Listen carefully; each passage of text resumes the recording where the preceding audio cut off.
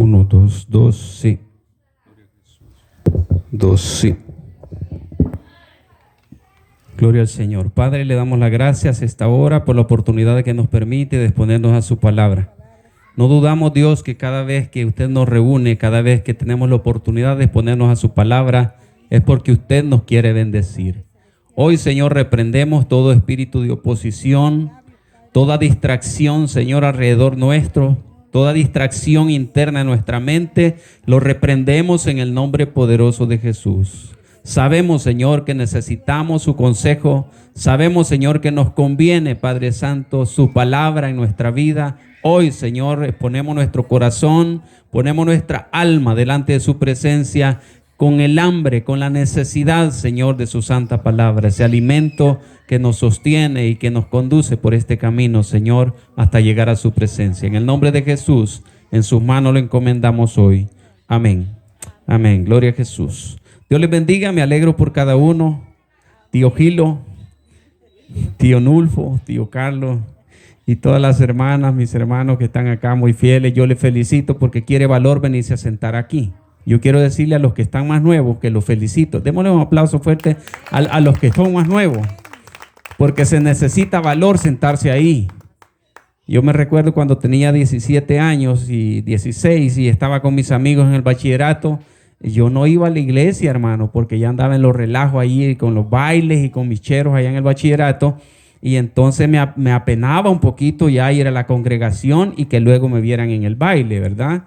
Entonces se necesita valor, decirle, Señor, aquí estoy, hábleme, y yo me reúno con estos que se ponen a cantar y aplaudir ahí como que están echando tortillas.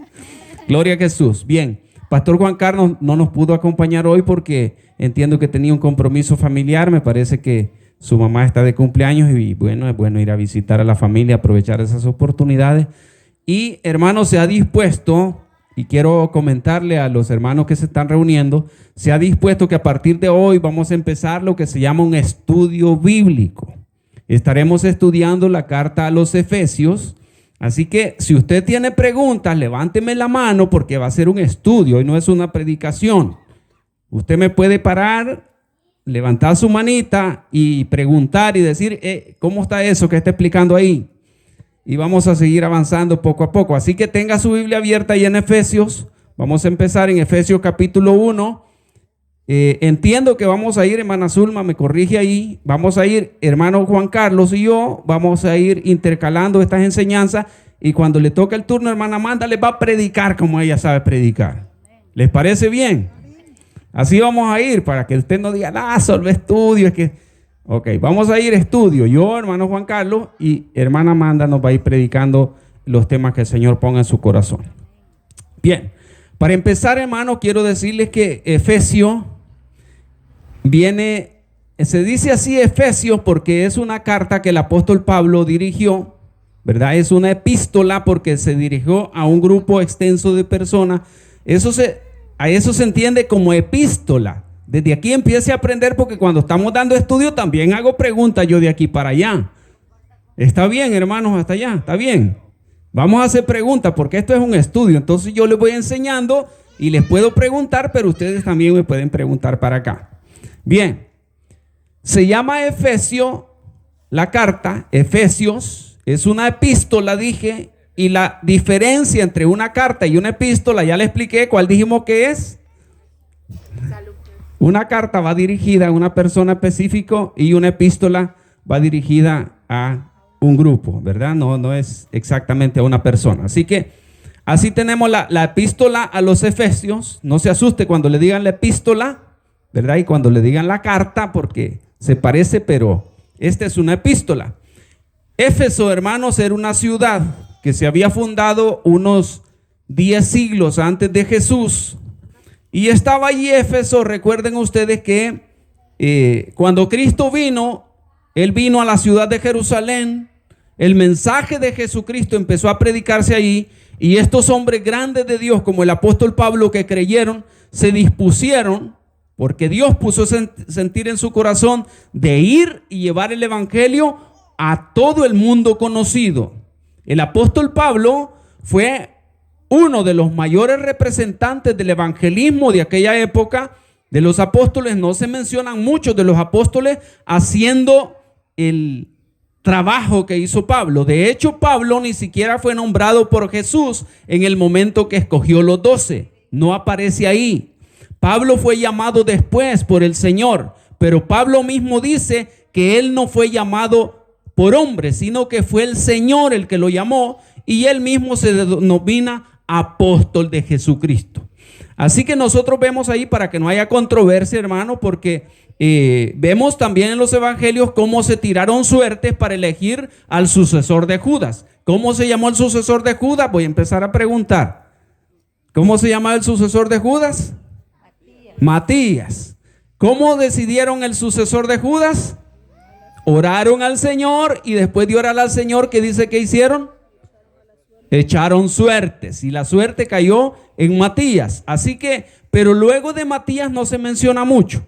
Ahora aparece Pablo en la escena y vemos que Pablo se denomina apóstol de Jesucristo. Así que este apóstol Pablo, hermano, empieza con ese compromiso de llevar el evangelio por todo el mundo conocido. Pablo es el mayor expositor del evangelio que nos presenta las Sagradas Escrituras. Y en esa travesía, llevando el evangelio, Pablo hizo, por lo menos de los viajes conocidos, se conocen 4 viajes del apóstol Pablo.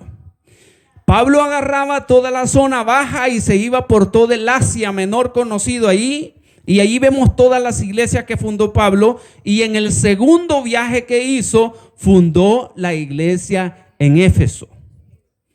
Esta ciudad era muy reconocida porque era una ciudad importante, era una ciudad pujante.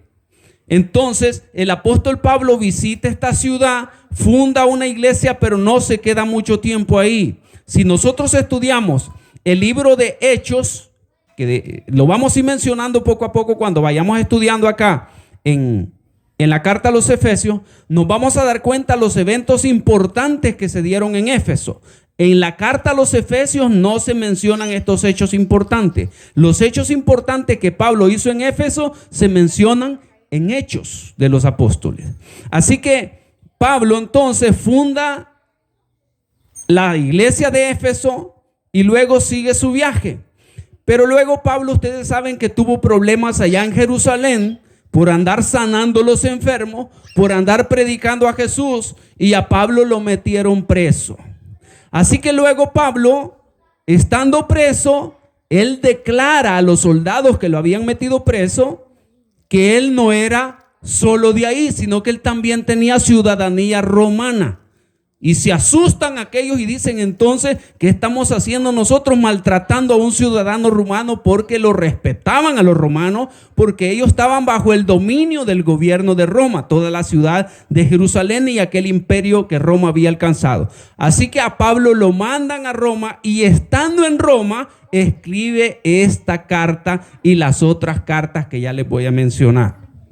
¿Vamos bien hasta ahí, hermano? Esta es la introducción, después vamos a empezar a estudiar la carta. ¿Va agarrando el hilo cómo está? Pablo va en su segundo viaje, funda la iglesia en Éfeso, no se está mucho tiempo. ¿A quién dejó ahí en Éfeso? A ver, estamos estudiando. Dejó a Priscila y a Aquila. Y se acuerdan uno de los eventos importantes que hubo ahí, cuando uno de los eventos importantes de Aquila y Priscila y Aquila, cuando llegó Apolos a predicar, entonces los hermanos le explicaron como la cuestión del Espíritu Santo, y luego aquel hombre predicador fuerte y todo eso. Eso ocurrió en Éfeso. Luego entonces, estando Pablo allá, hubieron 4 personajes bien importantes acompañando a Pablo. Uno que se llamaba Tíquico. ¿Cómo se llamaba? Tíquico. Estaban acompañando a Pablo en sus prisiones allá en Roma. Otro que se llamaba Onésimo. ¿Quiénes más estaban ahí? Se los voy a leer desde acá. Tíquico, Onésimo, ¿y quiénes más? No, si yo no sé, dígame usted. Esos 2 me grabé yo.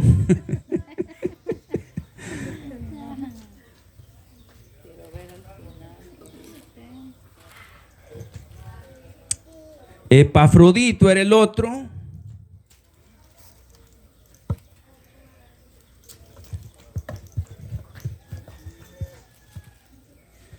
Epafrodito. De hecho, Epafrodito fue el que llevó la carta a los filipenses.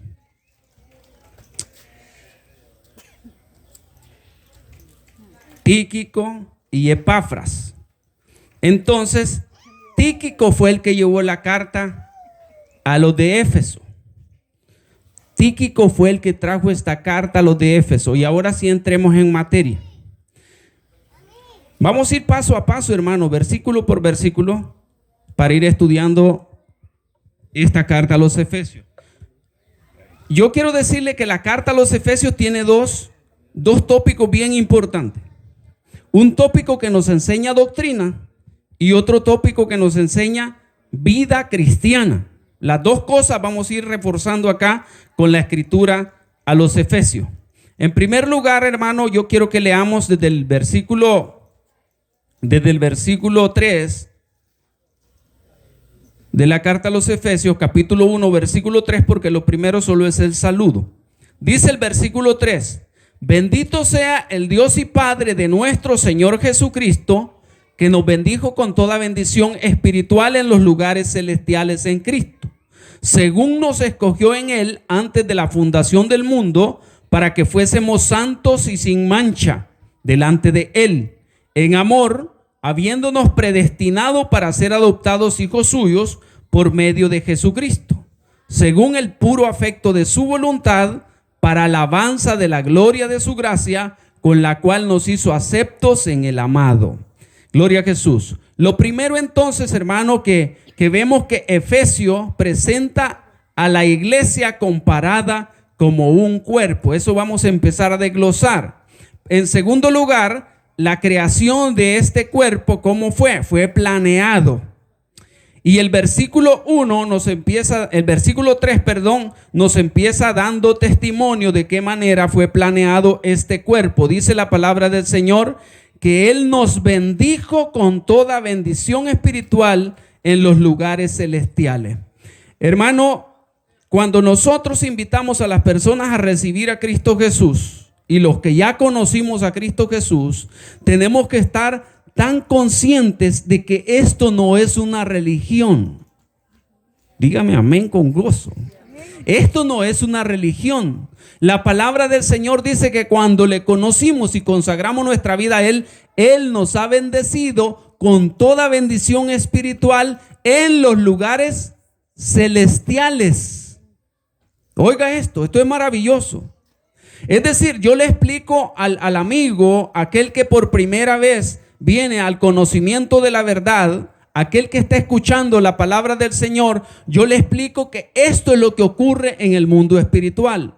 Nosotros, dice la palabra, que estábamos muertos en delitos y pecados, mas Dios muestra su amor, dice la palabra, para con nosotros, en que siendo aún pecadores, Cristo murió por nosotros. Es decir, el amor de Dios expresado a aquel que estaba hundido en delitos y pecados es Dios extendiendo su mano poderosa a aquel que no puede salir de la condición de pecado. Porque ¿cuántos de ustedes me pueden testificar que es imposible salir del pecado por nuestra propia voluntad? Es imposible. No se puede. Yo he visto gente luchar con el vicio del cigarro, ni eso se puede quitar. Ya no digamos un pecado de otro tipo de pecado que son ataduras más fuertes espirituales. Pero Dios entonces metió su mano y nos arrebató, nos levantó, dice, para ponernos en el reino de la luz admirable. Así que cuando alguien recibe a Cristo Jesús, es precisamente lo que ocurre. Nos arrebató del reino de las tinieblas y nos puso en el reino de su luz admirable. A eso se refiere esta palabra cuando está diciendo que nos bendijo con toda bendición espiritual. No es solo que usted vino a la congregación y ahora es evangélico. Entonces ya no ando en aquella vida, hoy me toca ir a barrer la iglesia y ya voy y tranquilo y eso es todo lo que pasó. A veces se confunde la vida cristiana cuando la tomamos de esa manera y usted ve que la gente no cambia. El cristiano tiene que notarse un cambio rotundo en su vida, porque el que no cambia no ha surtido esto que está explicando el apóstol Pablo en su carta a los Efesios. La palabra de Dios dice que el Señor nos ha bendecido con toda bendición espiritual. en los lugares celestiales. Entonces la vida del cristiano tiene que notarse que tiene una bendición espiritual. ¿Y qué es la bendición espiritual que se va a ver en su vida? Un comportamiento diferente, una manera diferente de abordar las situaciones de la vida, una visión amplia conforme a la visión de Jesucristo para conducirse por la vida tomando buenas decisiones, decisiones que le honren a Él y decisiones que den buen testimonio a los demás que están alrededor, porque hemos sido bendecidos con toda bendición espiritual.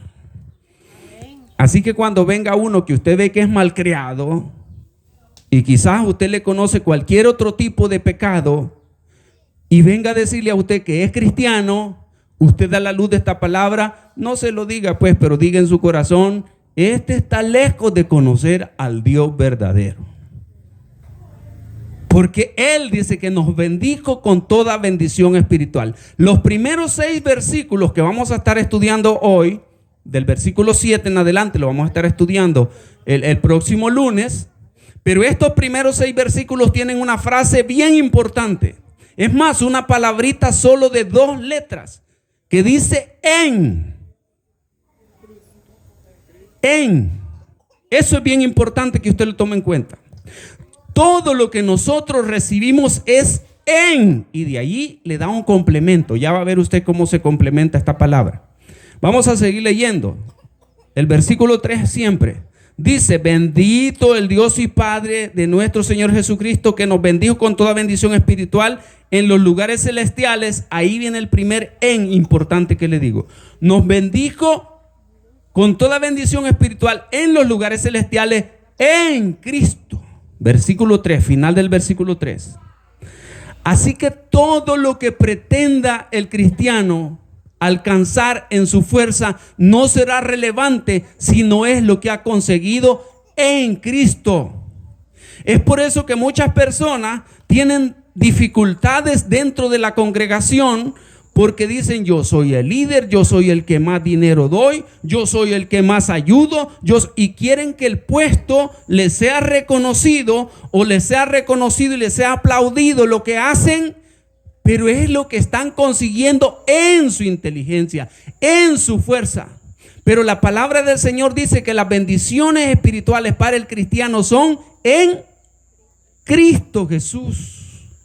Así que todo lo que sea de nosotros, todo el cambio, toda la bendición o todo el privilegio que el Señor te conceda, tiene que ser en Cristo Jesús.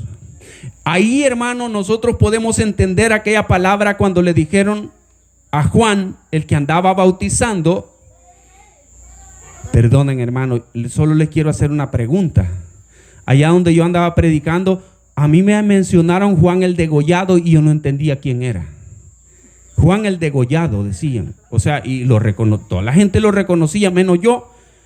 Y después me di cuenta que era Juan el Bautista, al que le cortaron la cabeza.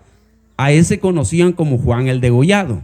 Entonces, yo quiero decirle que Juan Bautista, él estaba bautizando, dice la palabra, y los apóstoles de Jesús empezaron a bautizar.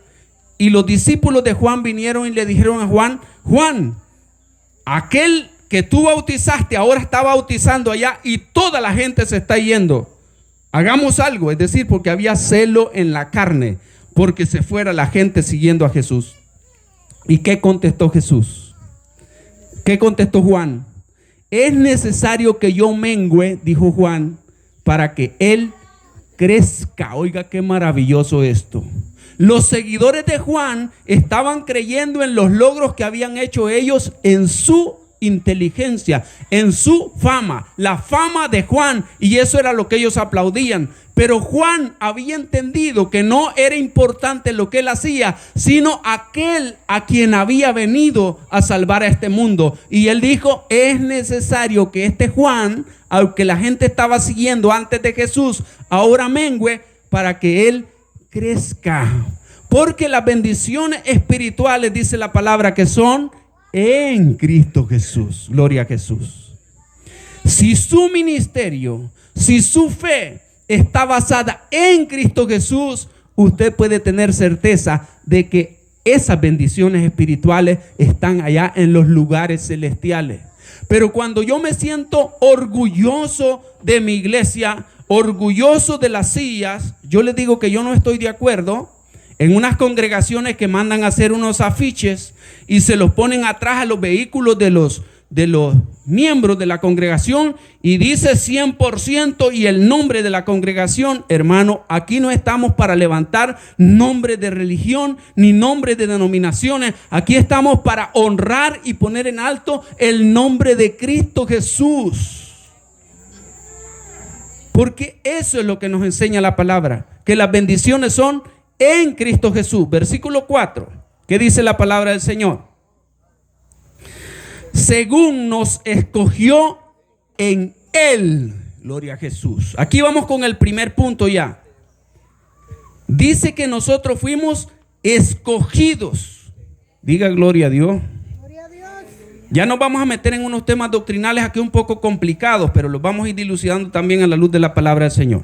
Dice que fuimos escogidos en Él. Cuando nosotros, hermanos, estudiamos las Sagradas Escrituras, usted se va a dar cuenta que las Sagradas Escrituras circundan alrededor del nombre poderoso de Cristo Jesús. Allá había uno famoso que se llamaba Moisés, había otro famoso que se llamaba Elías, había otro famoso que se llamaba Salomón, otro que se llamaba David, otro que se llamaba Isaías, otro que se llamaba José, otro que se llamaba Daniel. Pero todos testificaron de Cristo Jesús, porque el nombre que es sobre todo nombre, dice la palabra, es el nombre poderoso de Cristo Jesús nuestro Señor. Versículo 4 entonces. Por eso le dije que le ponga atención a ese en, porque todo lo que la palabra dice que le ha sido dado a este cuerpo llamado iglesia, se le dio en Cristo Jesús. No hay otro nombre que sea exaltado en la Biblia sino el nombre poderoso de Jesucristo. Y tenemos nosotros que tener un oído dispuesto y un alma sensible, un alma mansa para aceptar que la palabra de Dios nos invita a nosotros y nos indica exaltar únicamente el nombre poderoso de Jesús. No podemos nosotros estarle dando méritos entonces a otro nombre que no sea el nombre poderoso de Jesús. Dice, versículo 4, según nos escogió en Él antes de la fundación del mundo. Aquí nos metemos en otro dilema, porque a veces cuando conocemos la historia de Cristo Jesús, creemos que Cristo Jesús inició del nacimiento de la Virgen María. Pero la palabra de Dios en Efesios capítulo 2 dice que Él se despojó de su gloria y habitó entre nosotros. Es decir, que Jesús ya era antes de nacer de la Virgen María. San Juan capítulo 1 versículo 1 dice: en el principio era el verbo, y el verbo era Dios, y el verbo era con Dios. Y más adelantito dice: y habitó entre nosotros. En Él, por Él y para Él fueron creadas todas las cosas. Es decir, que Jesús fue el creador de todas las cosas. Jesús creó el mundo. Dice que en Él, por Él y para Él fueron creadas todas las cosas. Por eso es que aquí la palabra está mencionando que todo es en Cristo Jesús. En el principio era el verbo, y el verbo era con Dios, y el verbo era Dios, hablando de Jesús, y habitó entre nosotros, y vimos su gloria como gloria del Padre, del unigénito Hijo de Dios. San Juan capítulo 1. Entonces ahora el apóstol Pablo, que está enseñando este evangelio, está tratando, hermano, de inyectar esta fe que era en Cristo Jesús a todos aquellos que ya habían conocido una religión. ¿Cuál era la religión que ellos conocían? Que el perdón de los pecados era a través del sacrificio de animales. Esa era la ley que Moisés les había instruido. Traían un animalito con las otras características, pero ahora el apóstol Pablo les dice: no, ahora nuestra bendición es únicamente en Cristo Jesús. Sigamos avanzando, porque si no, no llegamos al versículo 6. Dice San Juan capítulo 3. Sigamos avanzando, perdón. Desde la fundación del mundo, oiga, para que fuésemos santos y sin mancha delante de Él. Entonces fuimos nosotros escogidos. Eso es lo primero que vamos a entender de Efesios. Que nosotros fuimos escogidos por el Padre y fuimos escogidos en Cristo Jesús. Quiero detenerme un ratito y si hay una pregunta hasta ahí. De esto de ser escogido. Porque después dice otras cosas un poquito más comprometedoras doctrinalmente, el apóstol Pablo en esta carta a los Efesios. Entonces, hermano, dice que fuimos escogidos para que fuésemos santos y sin mancha. ¿Sí?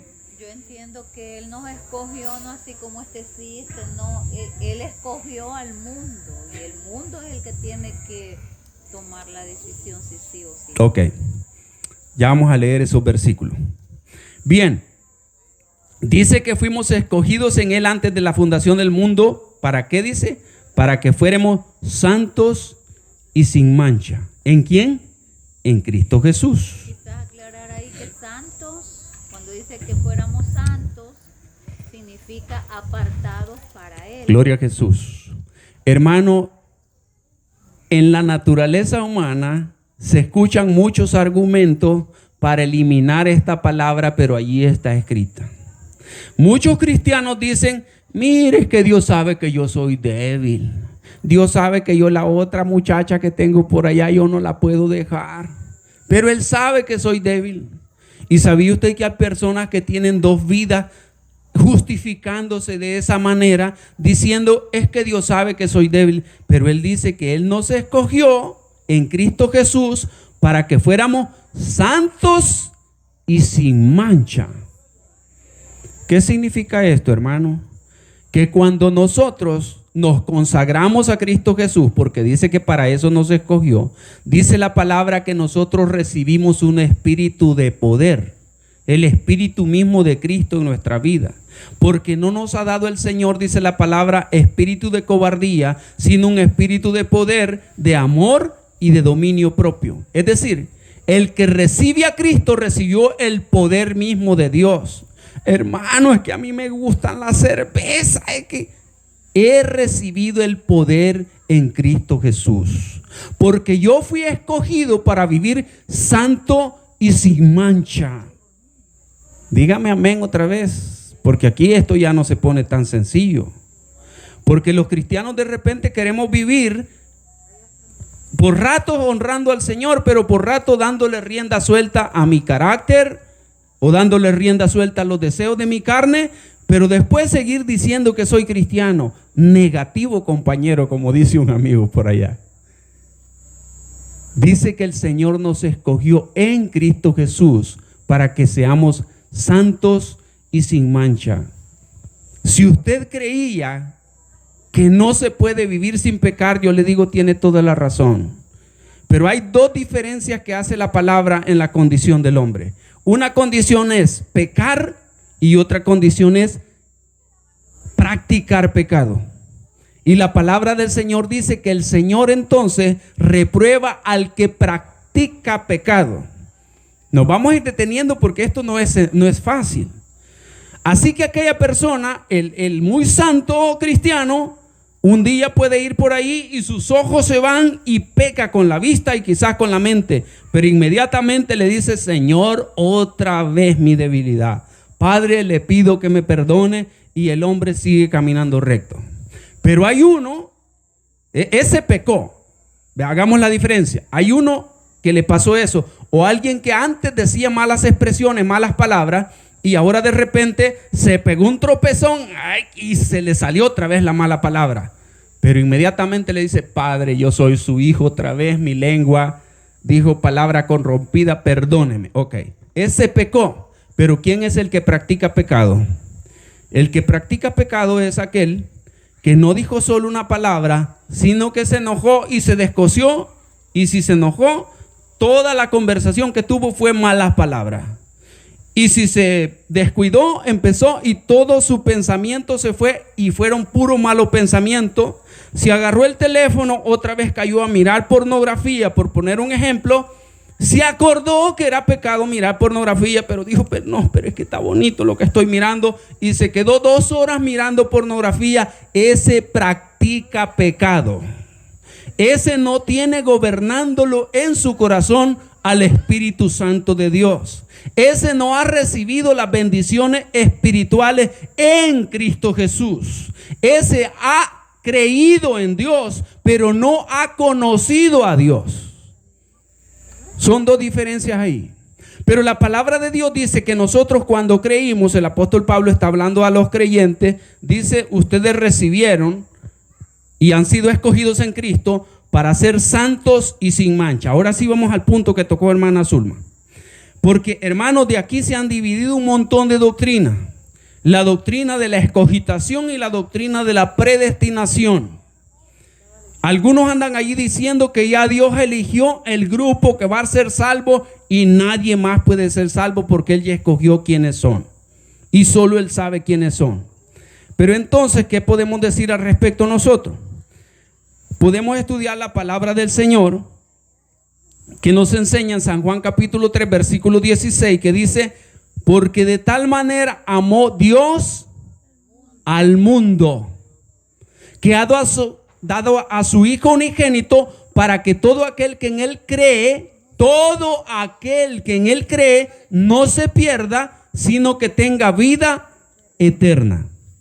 Entonces, ¿a quiénes es que escogió Dios en Cristo Jesús? A todos los que quieran creer en Él. Porque dice que nosotros fuimos escogidos en Cristo Jesús. El Señor no está diciendo, yo escogí a este, yo escogí al otro. Dice, los escogí en Cristo Jesús para ser santos y sin mancha. Entonces, el que cree en Cristo Jesús dice, porque de tal manera los amó, y todo aquel que en Él cree no se pierda, sino que tenga vida eterna. Entonces está abierta la oportunidad. Segunda Pedro 3:9. El Señor no retarda su promesa, según algunos la tienen por tardanza, sino que es paciente para con nosotros, no queriendo que ninguno perezca. ¿Cuántos? Ninguno. Mire, esto es maravilloso comprenderlo. Ciertamente esta palabra está diciendo que Dios escogió, pero ya nos explicó que nos escogió en Cristo Jesús. Porque luego el apóstol Pedro, por la revelación misma del Espíritu Santo, está diciendo, Dios no quiere que ninguno perezca. Él quiere que todos procedan al arrepentimiento. Entonces la salvación, ¿para quién está extendida? Para todos. La salvación está para todos. Pero dice que nos escogió, ¿para qué? Para que vivamos santos y sin mancha. Versículo 5. ¿Quién me ayuda a leer versículo 5? Quiero aportar algo. Sí. En ese punto de que Él nos escogió. Cuando el apóstol Pablo enseñaba, el apóstol Pablo es uno de los más grandes teólogos que ha existido.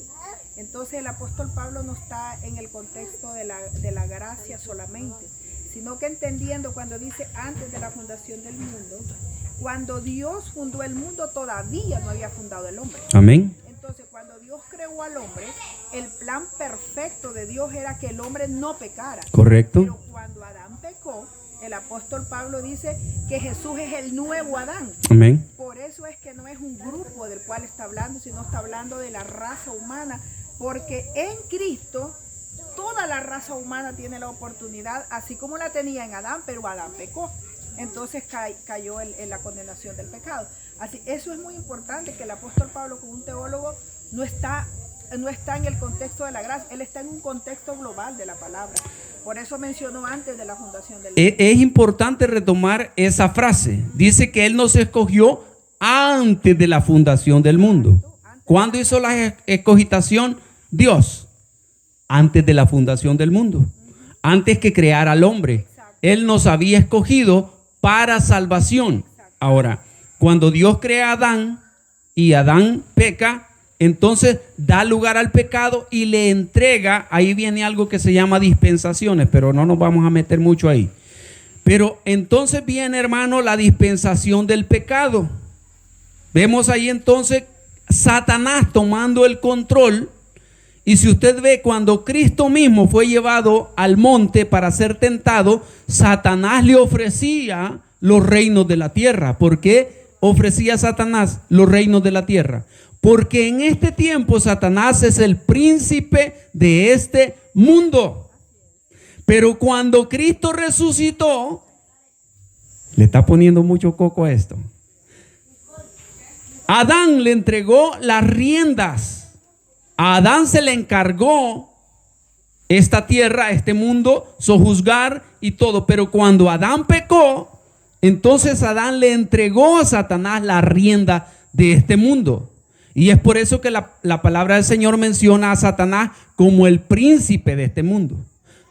Entonces, cuando está Satanás tentando a Cristo en el pináculo, que dice la palabra, le ofreció los reinos de la tierra. Él le ofreció porque le pertenecen a él, según esa palabra.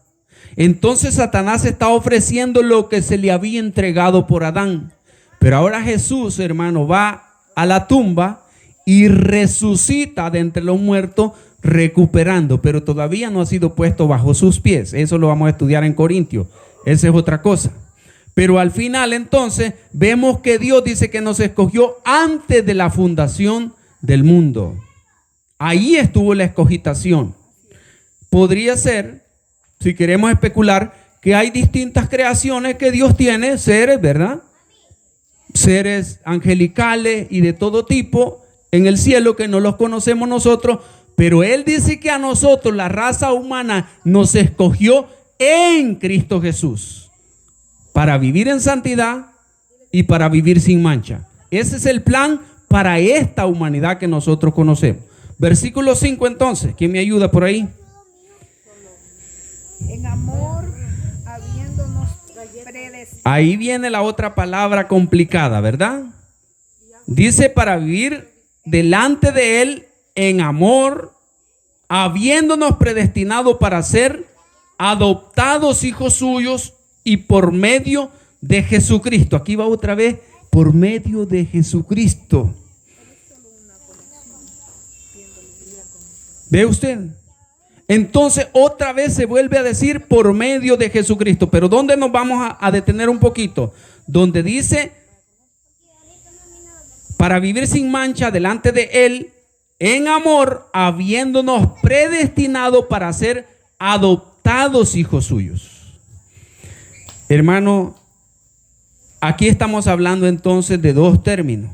Estamos hablando de la predestinación y estamos hablando de la adopción. En el término predestinación, usted va a escuchar muchas cosas por ahí. Tenga cuidado porque van a llegar unos y lo van a tratar de confundir, diciendo, mire, Dios ya sabe los que van a ser salvos. Él ya predestinó. Dios sabe quiénes van a arrepentirse. Dios sabe quiénes van a consagrar su vida. Pero no es que Él los haya consagrado uno para condenación y otros para salvación. Porque aquí dice, habiéndonos predestinado, pero como ya nos dijo que fue antes de la fundación del mundo, Él a todos nos predestinó para salvación, pero al hombre le dio libre albedrío. Entonces el hombre decide despreciar la salvación que Dios le ha ofrecido. Entonces, hablando de la predestinación, si lo entendemos nosotros como que Dios dispone a unos para condenación y otros para salvación, quiero leerles Romanos 8:30. Dice la palabra, y a los que predestinó, a estos también llamó. Oiga, qué interesante esto. Y a los que llamó, a estos también justificó. Y a los que justificó, a estos también glorificó. ¿Y a quienes llamó? A todos. Dice Mateo 11:28, vengan a mí todos los que están trabajados y cargados, y yo os haré descansar.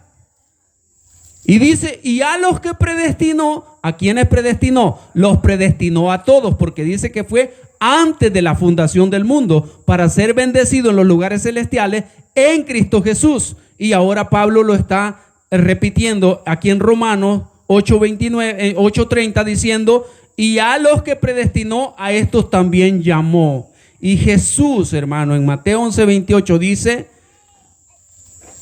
vengan a mí los que están trabajados y cargados, y yo los haré descansar. Pero no fue solo en el Nuevo Testamento. Isaías también dice, a todos los sedientos, venid a las aguas. A todos, dice la palabra, a todos los sedientos, venid a las aguas. Pero hay una cosa bien importante en este a todos, que siempre le pone una condición del hombre antes. Dice Isaías, a todos los sedientos. Es decir, el hombre tiene que reconocer que necesita de Dios para venir a Dios. Si el hombre dice que él se resuelve su vida en su propia fuerza, Dios no se va a meter con él. Si el hombre dice que él arregla con un arma, con un machete todos sus problemas y llega al final de su vida siendo el don fulano, ¿verdad? Y se muere y llegó hasta el final, pero nunca quiso tomar en cuenta a Dios, Dios no se va a meter con él. Porque el Señor está llamando a los sedientos, a los que sienten que tienen necesidad de Él. Es por eso, hermano, lo importante de reconocer que nosotros somos bien pequeños delante de Dios. Y es por eso lo necesario que nosotros decidamos un día rendirnos delante del Señor y diciéndole a Dios, Padre, te necesito. Mateo 11:28 dice, a los que están trabajados y cargados, vengan a mí y yo los haré descansar. Oiga, qué maravilloso. Pero usted, para que Él lo haga descansar, para que Cristo te haga descansar, tú tienes que reconocer que estás trabajado y cansado y que tú solo no te puedes traer el descanso, la paz para tu vida. Un día entonces tú tienes que venir delante de Él y decirle, Señor, aquí estoy.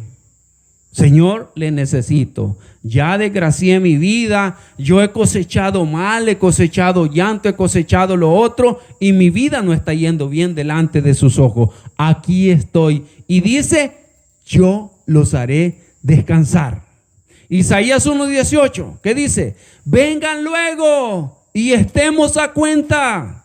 Otra vez, el llamado de parte del Señor. Si tus pecados fueren como la grana, como la nieve serán emblanquecidos. ¿Qué le está diciendo el Señor? Tenemos cuentas por arreglar, tenemos cuentas pendientes. Pero ¿a quién es el llamado? A todos.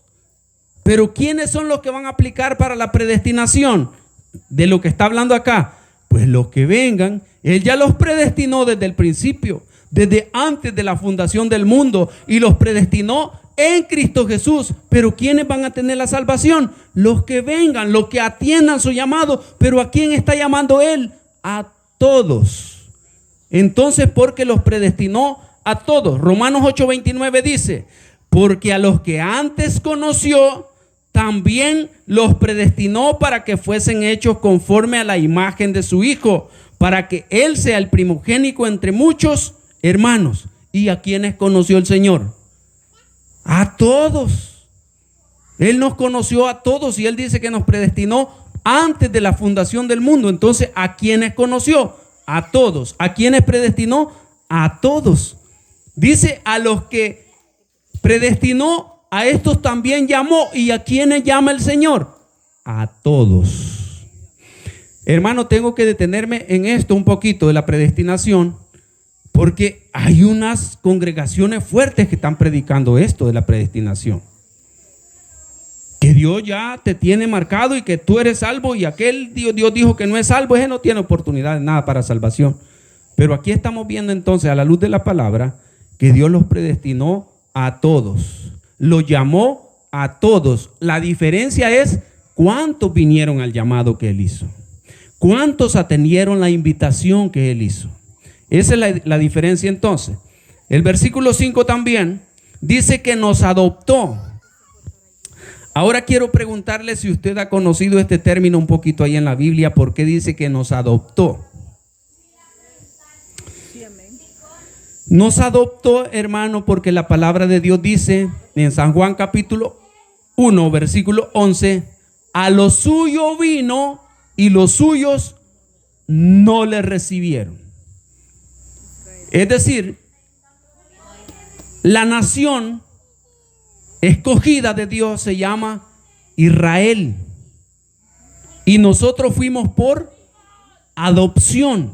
Dice la palabra que por la desobediencia de Israel fueron desgajados del olivo silvestre y nosotros fuimos injertados del olivo original, perdón. Nosotros siendo ramas silvestres, dice que fuimos injertados en el olivo original. Y es por eso que el apóstol Pablo, aquí en el versículo 5, donde estamos leyendo Efesios 1, versículo 5, dice: fuimos adoptados hijos suyos por medio de Jesucristo, según el puro afecto de su voluntad, para alabanza de la gloria de su gracia, con la cual nos hizo aceptos en el amado. Pero al inicio decía, donde leímos, que nos adoptó en el espíritu de adopción, es decir, que nosotros fuimos recibidos cuando nos acercamos a él. San Juan capítulo 1, versículo 11: a lo suyo vino y los suyos no le recibieron, mas a todos los que le recibieron, y aquí viene la condición,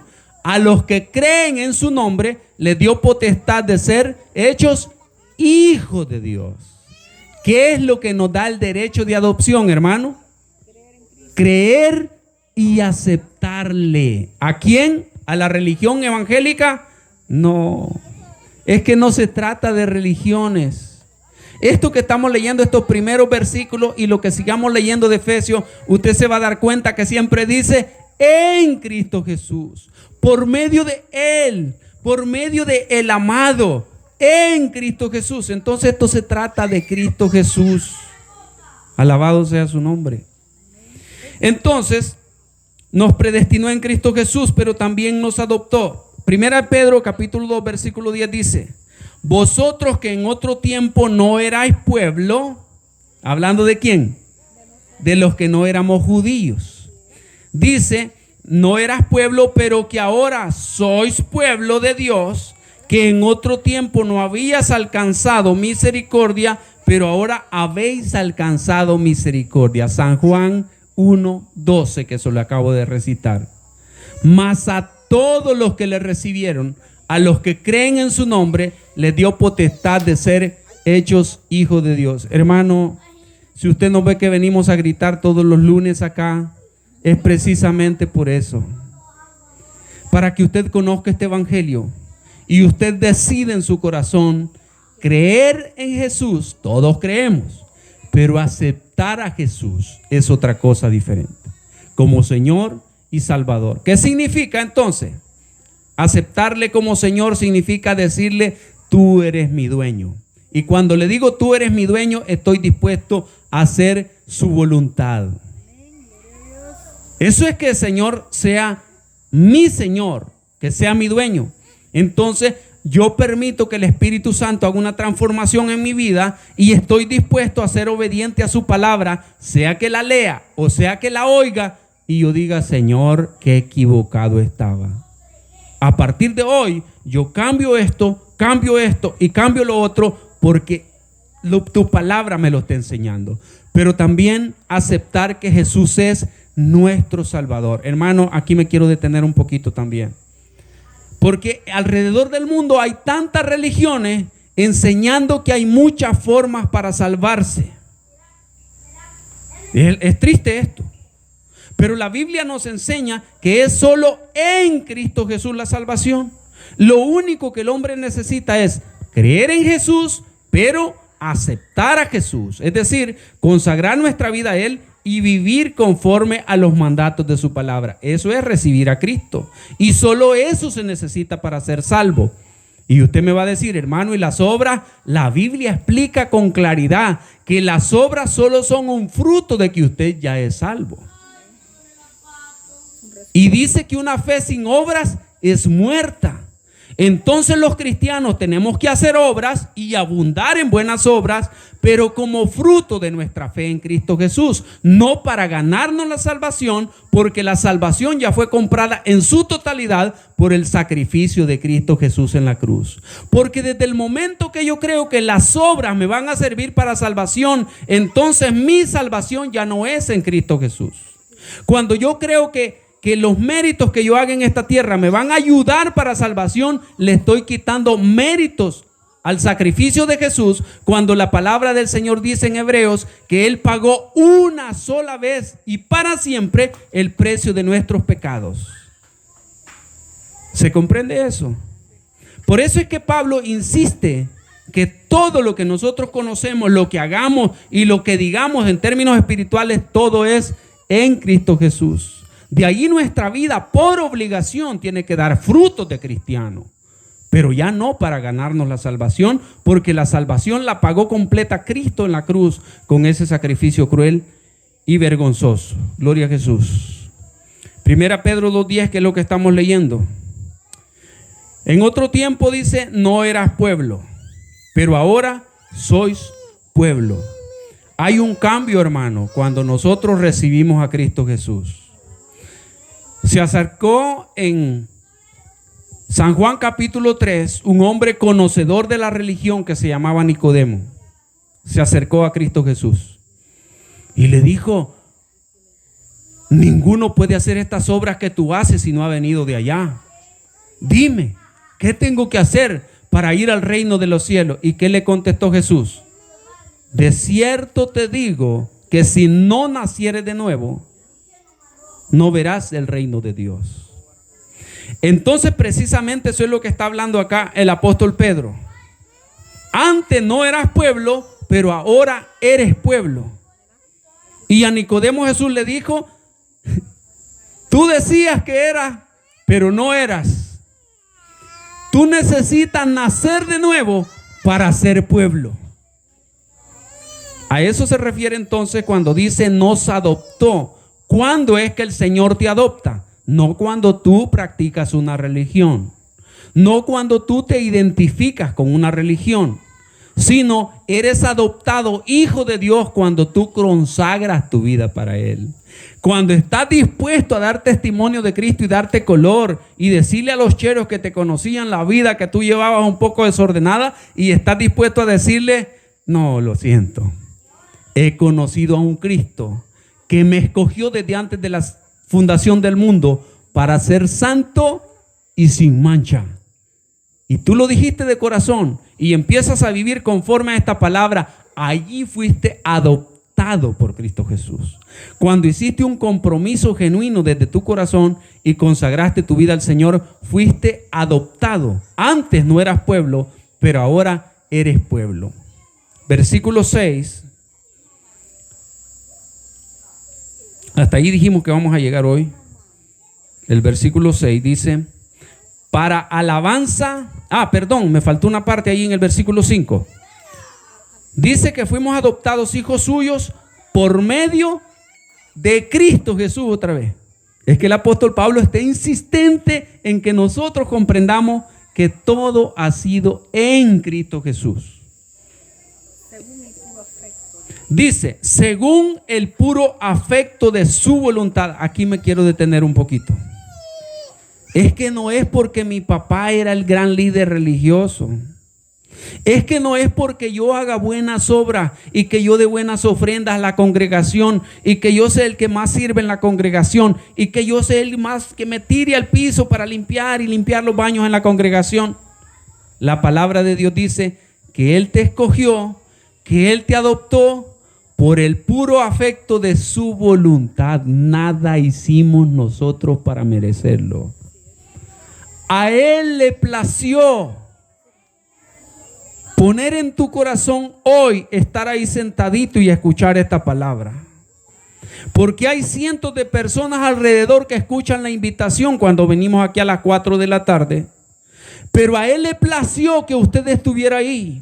Y quizás hay algunos que están siendo alcanzados allá. Y está llegando este sonido, pero no están oyendo porque no quieren oír esta palabra. Pero yo estoy seguro que hay algunos allá lejos que están atentos y están escuchando esa bocina. A ellos también el Señor los escogió. Vea, por el puro afecto de su voluntad. Porque quiero decirle algo, esta carne no quiere nada que saber de Dios. Pero es en la voluntad grande de Dios que a Él, en su misericordia, dijo, ahí te quiero tener sentadito, mira, escuchando mi palabra. Porque yo quiero decirle, hermano, que este es el regalo más grande que el ser humano pueda recibir, la misericordia de Dios. Si hay muchos que están aquí alrededor que yo le apuesto que le daría vergüenza venir y entrar y sentarse ahí, porque en esta carne no queremos nada de Dios, pero fue el puro afecto de su voluntad, siendo Él el grande, el todopoderoso, el creador de los cielos y la tierra, delante de quien debería doblarse toda rodilla en esta tierra. Pero esta carne hinchada de pecado y dominada por los instintos mismos del mal, no quiere nada de Dios, pero en el puro afecto de su voluntad, Él doblegó ese sentir carnal en nuestro corazón y nos dijo, vaya y diga usted que es cristiano, pues. Y yo lo voy a ir preparando, lo voy a ir moldeando. Y los que están aquí, de la misma manera, el Señor te escogió y te trajo por el puro afecto de su voluntad. Esto es grande, hermano. Es que si usted cree que es pechudo y que todavía levanta 2 bolsas de cemento, yo quiero decirle que polvo somos nada más. El grande es Él. Todos un día terminaremos nuestra fuerza y nos haremos polvo. Y nos iremos allá 3/4 abajo si es que nos entierran. Y si no nos entierran, nos desintegramos ahí con un mal olor terrible encima de la tierra, esta carne, porque nada somos. Pero nuestra alma es tan valiosa ante los ojos de Dios que decidió en Cristo Jesús escogernos. En Cristo Jesús adoptarnos para hacernos hijos suyos por el puro afecto de su voluntad. Yo quiero decirle, ¿cuántos quieren ser hijos del Creador de los cielos y la tierra? Entendiendo lo que significa eso, hermano, yo quiero ser hijo del gran rey. No importa si los cheros me avergüenzan, si los cheros me dicen lo que quieran, si los vecinos piensan lo que piensan. Hoy me habló alguien por el anuncio que yo tengo ahí en internet y me dijo una pregunta, y usted es cristiano, y casi no le entendí porque me dijo bien rápido. Después le dije, usted me quería hacer una pregunta, casi no le escuché. Sí, me dijo, he visto un versículo ahí, me dijo. Por el rotulito ese que ando en el carro, como ahí está la foto del carro, el rotulito. Y él bien contento me dijo, yo también me congrego, me dijo. Hermano, por el puro afecto de su voluntad. ¿Usted ha pensado lo que significa que Dios le haya mirado, le haya sacado de esa vida, le ha puesto el sentir en su corazón de ser hijo de Dios? Esto no significa ser hijo del presidente, hijo del más rico del mundo. No, esto significa ser hijo del dueño del cielo y la tierra, el que ha prometido que un día estaremos en su presencia por una eternidad completa. Él es el que ha dicho, por el puro afecto de mi voluntad es que los he llamado para ser hijos míos, pero que no se les olvide que todo lo que les he mencionado es en Cristo Jesús, porque fue Él que pagó en la cruz. Fue Él el que sufrió por nuestros pecados. Versículo 6, dijimos que vamos a llegar hasta ahí. Para alabanza de la gloria de su gracia, con la cual nos hizo aceptos en el amado. Para alabanza de la gloria de su gracia. ¿Para qué somos hijos del Señor? Para alabanza de Él. El cristiano que da mal testimonio está lejos de hacer esto que está diciendo este versículo. El cristiano, hermano, tiene que portarse bien con su vecino. Dígame amén fuerte.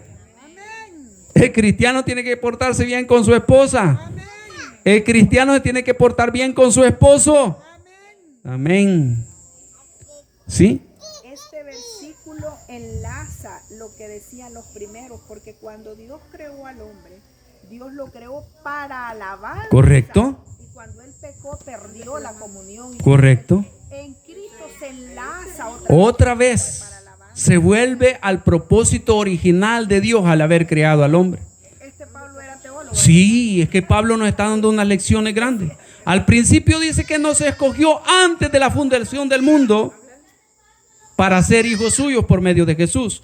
Y ahora en el versículo 6 dice, para alabanza de la gloria de su gracia en Cristo Jesús. Es decir, que en Cristo Jesús nosotros venimos a ser restaurados al propósito original con el cual fuimos creados. Entonces, por eso decía, el cristiano que no es de alabanza para el Señor está lejos de ser escogido.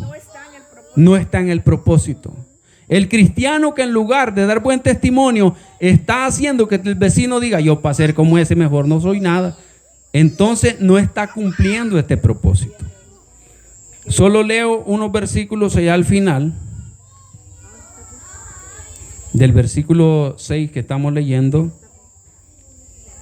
1 Corintios 8:8 dice, si bien la vianda no nos hace más aceptos ante Dios, pues ni porque comamos seremos más, ni porque no comamos seremos menos. Dice que Él nos hizo aceptos en el amado. Dice que Él nos hizo, óigame bien, quería explicar este puntito, ese es el último ya que vamos a ver.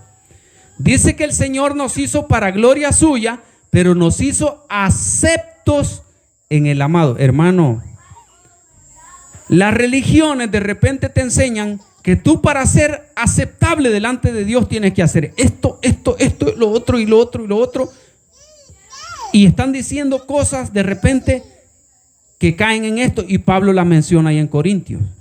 Dice, si bien la vianda no nos hace más aceptos ante Dios, ¿qué es la vianda?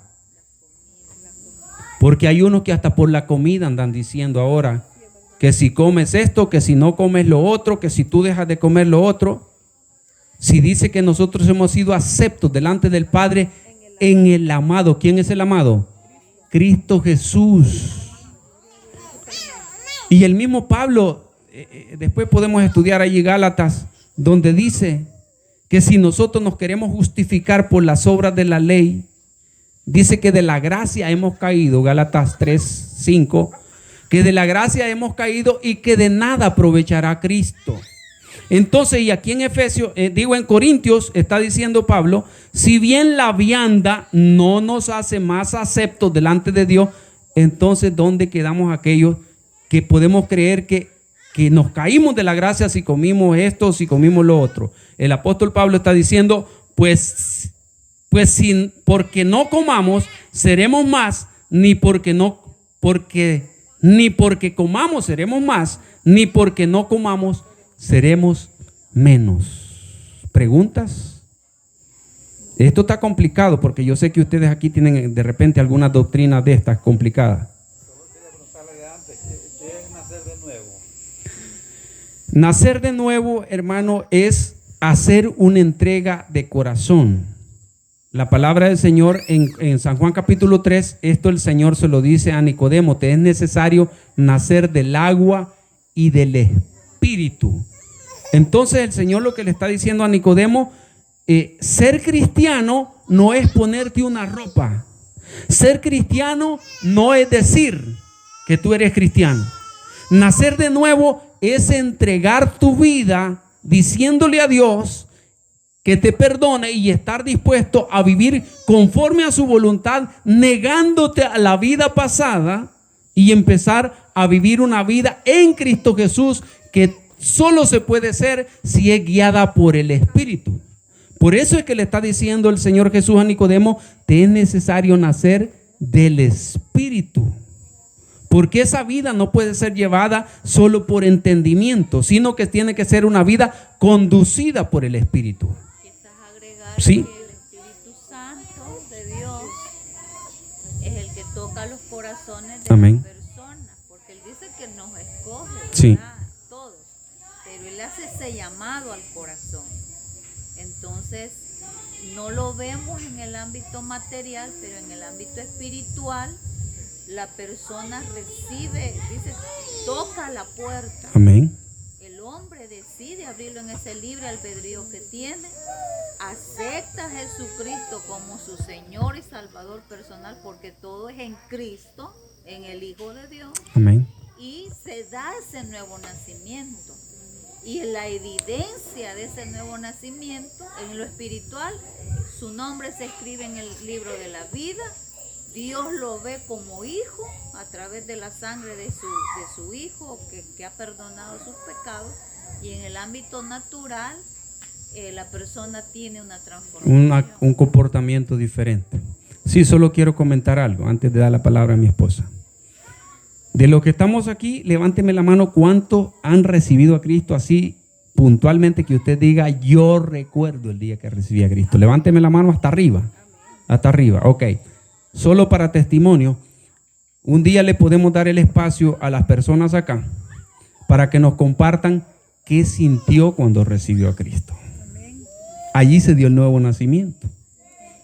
Es una descarga espiritual en la vida que tú sientes verdaderamente que te rendiste al Señor y que esa vida pasada ya no gobierna más. Y ahora recibí el espíritu de poder de parte del Señor y ahora vivo en libertad para honrarle y para glorificarle a Él. Yo he escuchado muchos testimonios de distintas maneras que la gente ha recibido el nuevo nacimiento. También dice, mas a todos los que le recibieron, a los que creen en su nombre, les da potestad. Sí. O sea, les entrega el poder de ser llamados. Hijo de Dios. Amén. En ese versículo, cuando habla de nacer de nuevo, para responder la pregunta de don Arnulfo, Cristo le revela a Nicodemo que el nacimiento de nuevo no se mira así como usted no mira el viento. Sí. Él le dice, el viento sopla y no lo ves, pero lo sientes. Y le dice, así es el nacimiento de nuevo.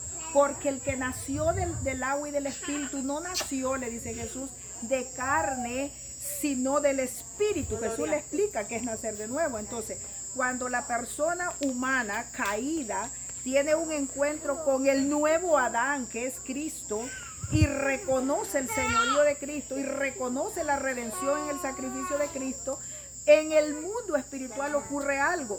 La naturaleza caída que traemos de Adán, en Cristo se vuelve la naturaleza renovada original, y allí es cuando una persona nace de nuevo. Y el nacer de nuevo no lo miro humanamente, pero lo siento.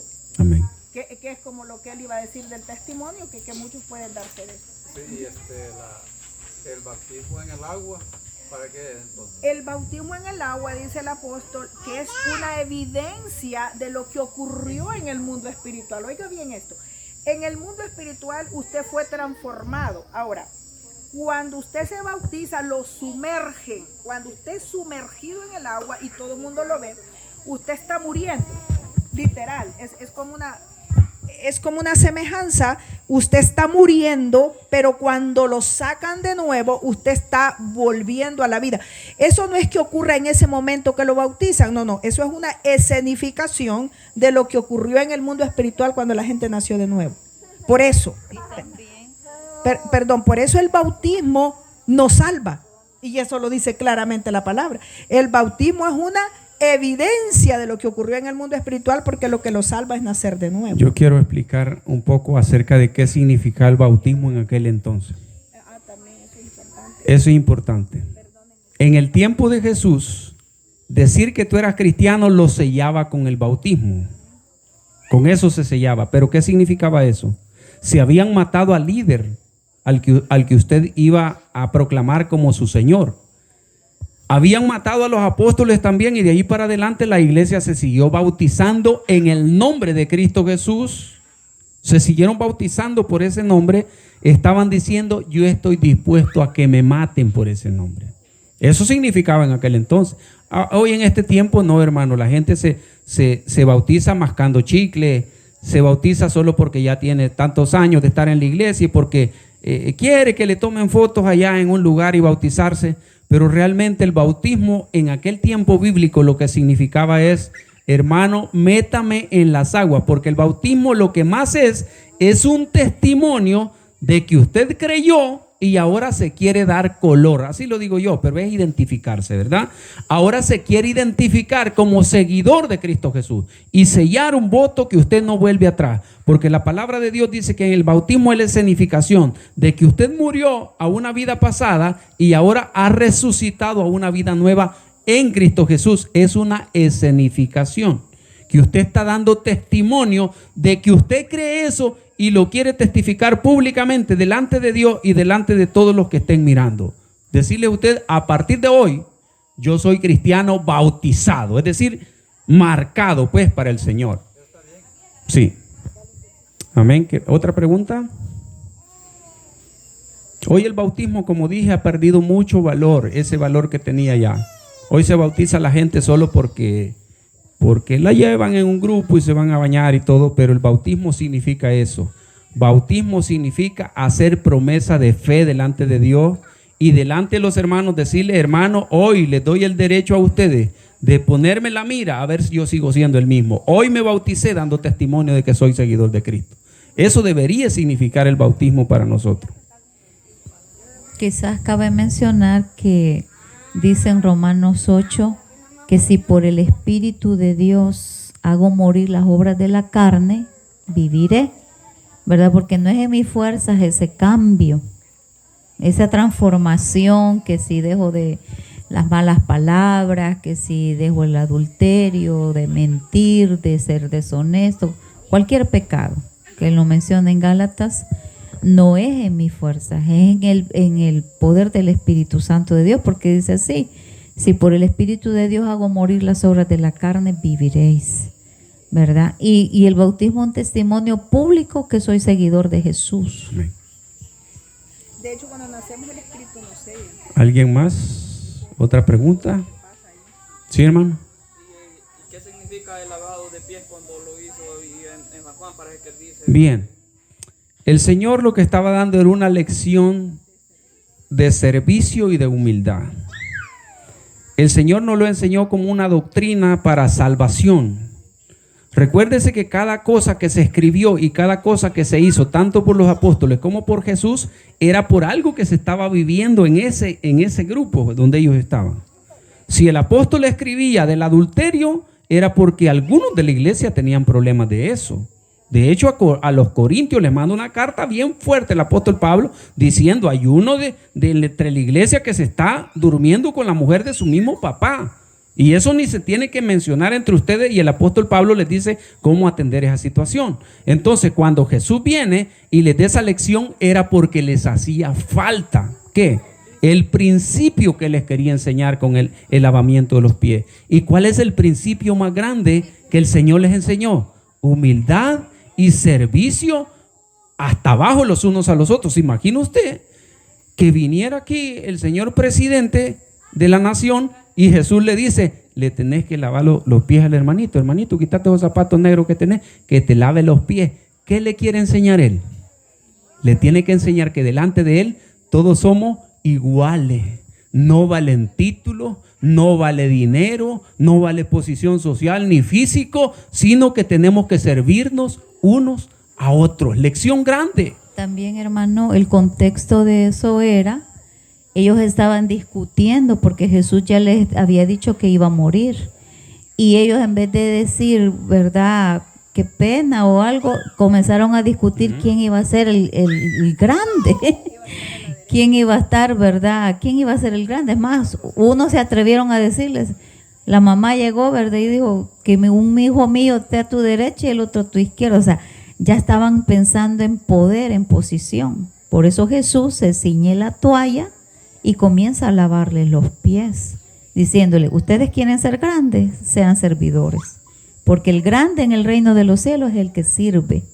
Entonces, el lavado de los pies es un simbolismo de humildad, de sencillez, y que el que quiera ser grande tiene que servir, ¿verdad? Entonces ellos venían discutiendo quién iba a ser el grande. Ahora, tomando ese contexto y quién era Jesús, entonces Jesús no lo enseñó Jesús solo para que nosotros un día, porque en nuestra iglesia lo hicimos una vez, ¿se recuerda?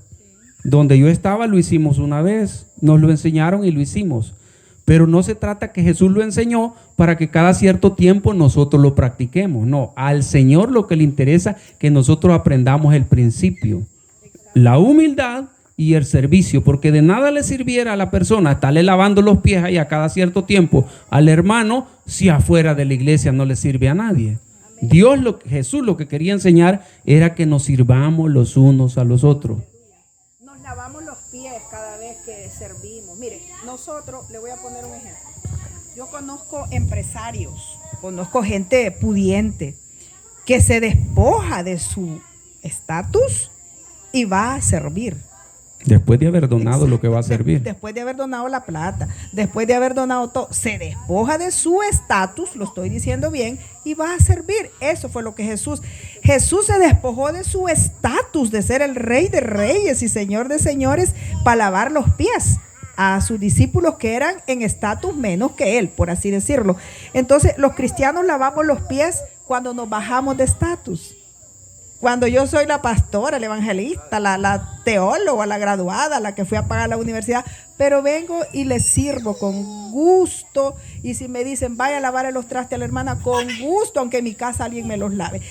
Esa fue la enseñanza de Jesús. Y nosotros lo podemos hacer todos los días porque por eso somos siervos. Así que esa es la enseñanza. No es lavarse los pies, y eso no es nada. Es esa otra parte, el servicio. Lavarse los pies de un ratito, porque vamos y nos sentamos y le lavamos los pies a otros de un ratito y hasta bonito, nos toman fotos y todo ahí. La cuestión es servir afuera. Toda nuestra vida tiene que ser de servicio. ¿Alguien más? ¿O terminamos ahí?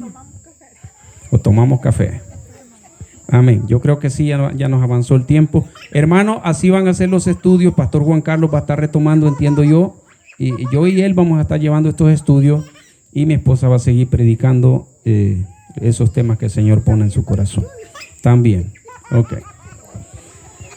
Bien. Bendito Dios, le damos las gracias por su palabra.